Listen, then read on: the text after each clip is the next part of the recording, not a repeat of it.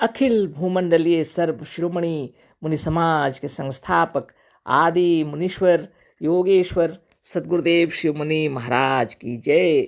उपस्थित मुनि वृंद, साधु सज्जन वृंद, संत वृंद, साधक वृंद, आध्यात्म ज्ञान के जिज्ञासुओं और प्रेमियों, सभी श्रोता वृंद, आप सबको मेरा कोटिशः नमन, सप्रेम जय जीव। तो आध्यात्मिक चर्चा चल रही है और हम लोग सद्गुरुदेव शिव मुनि महाराज रचित ग्रंथ निरोग होने का अद्भुत उपाय पर चर्चा कर रहे हैं। अध्याय 12 पर चर्चा कर रहे हैं, निरोग सुखी और जीवन मुक्त होने का अद्भुत उपाय। आज अध्याय 12 का अंतिम पैराग्राफ हम लोग पढ़ेंगे, है ना। तो इसको पढ़ देने से ये कंप्लीट हो जाएगा अध्याय 12, है ना। इन लेखों को पढ़कर मनुष्य दृढ़ता के साथ इस बात को जान लेगा कि रोग कोई वस्तु नहीं है। रोग, दोष, दुख और बंधन संसार में उत्पन्न ही नहीं हुए, यह बने ही नहीं। यह ज्ञान आपके हृदय से भय, अविश्वास, भ्रम और अज्ञान निकाल देगा और निरोग होने के लिए इसे निकाल देना परम आवश्यक है। यहाँ तक तो हम लोग पढ़ ही लिए थे। अतः हमारे इन लेखों का पाठ बारंबार करना बहुत ही आवश्यक है। इसे भी पढ़ लिए थे, है ना। इसे तब तक पढ़ना चाहिए जब तक कि आपके मन से रोग और दुख का भय सर्वथा निकल ना जाए। सद्गुरुदेव के ग्रंथों को नित्य दिन पढ़ना चाहिए, योगाभ्यास करते रहना चाहिए और यह तब तक इन किताबों का अध्ययन करते रहना चाहिए जब तक कि मन से रोग और दुख का भय सर्वथा निकल न जाए।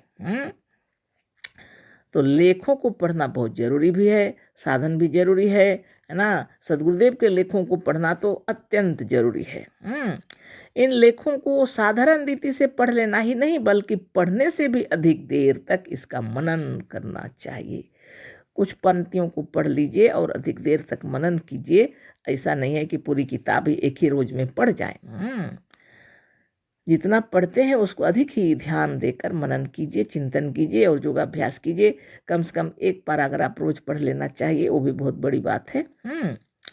यह ठीक है या नहीं, इसे अविश्वास और ऐसी शंकाएं जब तक हृदय में हैं तब तक संकल्प में बल नहीं आ सकता। आपके हृदय में जब तक विश्वास नहीं उत्पन्न हो रहा है ठीक है कि नहीं है, ऐसे विचारें जब उत्पन्न हो रहे हैं ऐसे विचार, तो आपका संकल्प दृढ़ नहीं होगा। गुरुदेव कह रहे हैं, है ना। और आप जब नित्य योगाभ्यास करेंगे तो संकल्प भी दृढ़ होगा, सत्य को जान लेंगे आप अच्छी तरह से। यह ठीक है या नहीं, इसे अविश्वास और ऐसी शंकाएं जब तक हृदय में हैं तब तक संकल्प में बल नहीं आ सकता। अंधविश्वास से भी कोई लाभ नहीं है। अंधविश्वास से क्या लाभ होगा, है ना।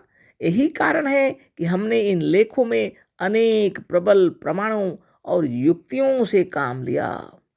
कितनी बड़ी बात है, अनेक प्रबल प्रमाण दिए हैं गुरुदेव।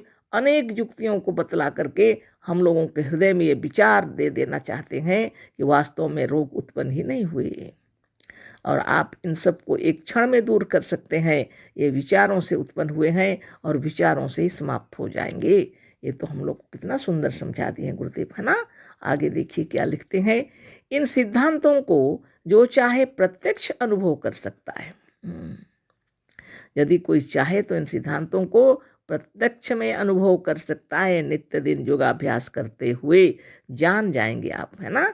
पर इन लेखों को पढ़ते समय पुराने विचारों और पक्षपातों को अलग कर देना चाहिए। जब आप इन लेखों को पढ़ रहे हैं तो पुराने विचारों को और पक्षपातों को अलग कर देना चाहिए। पुराने विचारों को ही पकड़े रहेंगे तो कैसे समझेंगे आप, है ना। पक्षपात छोड़कर विचार करने पर यह अकाट्य, अचल और सर्वथा सत्य मालूम होगा। जब आप पक्षपात छोड़ करके विचार करेंगे और यह पढ़ेंगे तो आप गुरुदेव की ये वाणी आपको अचल लगेगी, अटल और अकाट्य सत्य है ऐसा प्रतीत हो जाएगा। इन लेखों को पढ़ने और मनन करने के बाद नित्य एक आसन से बैठकर ध्यान भी करना चाहिए। इन लेखों को पढ़ करके मनन करने के बाद नित्य एक आसन से बैठकर ध्यान भी करना चाहिए। नित्य दिन निरंजनो हम जगदीश्वरो हम जपिए, है ना। ध्यान इस बात का करना चाहिए कि अब किसी बात का भय नहीं है।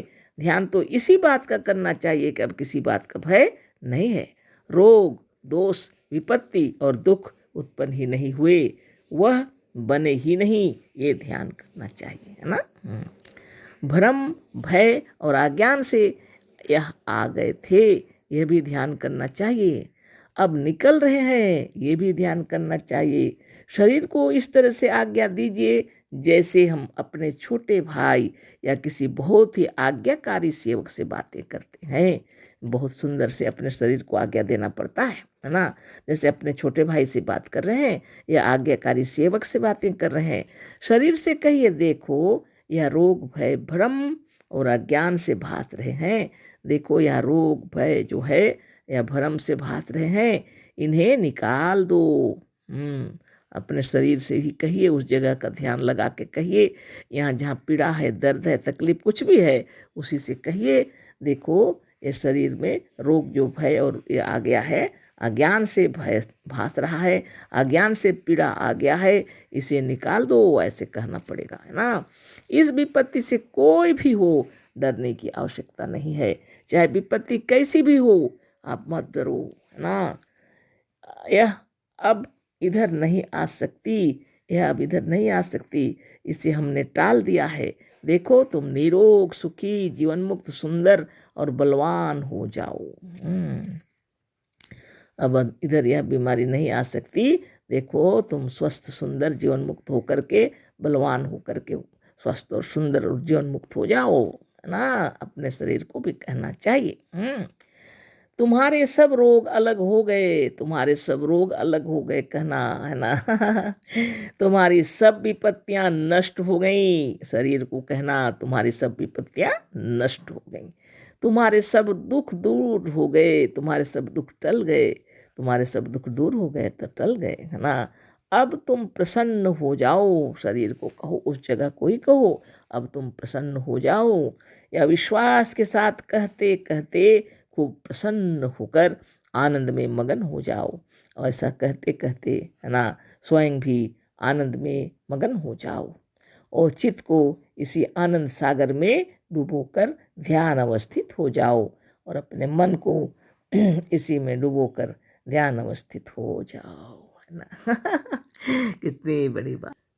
यह अध्याय 12 का अंतिम पैराग्राफ था। यह पूरा हो गया है। तो मेरे कहने का मतलब, सदगुरुदेव हम लोगों से कह रहे हैं कि उनके लेखों को बार बार पढ़ना है ना। अब जितनी बार पढ़ेंगे, है ना, नया मालूम पड़ता है। आप ये अनुभव करेंगे जब आप योग साधन करेंगे और नित्य ही ज्ञान का आनंद लेते हुए सदगुरुदेव का किताबों को पढ़ेंगे। सदगुरुदेव की किताबों को पढ़ेंगे तो आप उसमें समाधिस्थ भी हो जाएंगे ना। इतने हृदय से मन इतना शुद्ध हो जाता है, आपके भय भ्रम सब दूर हो जाते हैं, अज्ञान सब निकल जाता है ना। तो जिस जगह शरीर में पीड़ित महसूस कर रहे हैं, उस स्थान पर ध्यान लगा के उस शरीर को कहिए, अब यहाँ से रोग दूर हो गया, देखो अब हम यहाँ पर आ गए हैं, है ना। अब यह तकलीफ दूर हो गया, जो तकलीफ थी अज्ञान से, भ्रम से भास रहा था। इतना सुंदर तरीके से सदगुरुदेव समझा रहे हैं और यह परम सत्य है ना। क्योंकि शरीर के मालिक तो आप ही हैं और इस शरीर में जो कुछ हो रहा है सब आपकी ज्ञात शक्ति और अज्ञात शक्ति से ही हो रहा है। अगर आपके ज्ञात शक्ति में मालूम नहीं है तो अज्ञात शक्ति को मालूम हो जाना चाहिए कि यह शरीर स्वस्थ करना है तो स्वस्थ हो जाएगा, है ना। इसीलिए बारंबार सदगुरुदेव के साधन को ध्यान से करें। गुरुदेव का जो साधन है चक्रभेदन, इससे अज्ञात शक्ति को वश में करने का विधान है। आप लोग जब दीक्षा ले लेंगे, नियम पूर्वक साधन शुरू कर देंगे तो मालूम हो जाएगा कि अज्ञात शक्ति को भी आप अपने वश में कर सकते हैं, है ना। बहुत बड़ी बात है। जब अज्ञात शक्ति अपने वश में आ जाए तो जीवन मरण जैसी चीज़ें भी अपने वश में आ जाती हैं, है ना। जीवन सुखी और धन्य हो जाएगा। तो सदगुरुदेव का ज्ञान प्राप्त हुआ इसी जन्म में, ये बहुत बड़े सौभाग्य की बात है ना। ये तो अनंत जन्म की साधना और तपबल से ऐसे सदगुरु का दर्शन होता है। साधारण बात नहीं है ना। तो इस बात को ख्याल में रखिए। और गुरु के इस ज्ञान को कोटि कोटि नमन है ना। अगला जो है कल इस पर पाठ करेंगे हम लोग। कल का पाठ है जीवन और मरण का रहस्य, अध्याय 13 कल पढ़ेंगे। आज इस कंप्लीट कर देते हैं, यह हो गया है ना। अब मनन करने की बात है, ध्यान करने की बात है। अपने आप में ध्यान करते रहिए। निरंजनोऽहं जगदीश्वरोऽहम्। हर रोज ध्यान कीजिए। और आज के लिए इतना ही। कल फिर चर्चा होगी, अध्याय 13 पर चर्चा होगी। अशेष धन्यवाद, कोटिशः नमन, सब प्रेम, जय जीव। सद्गुरुदेव शिवमुनि महाराज की जय।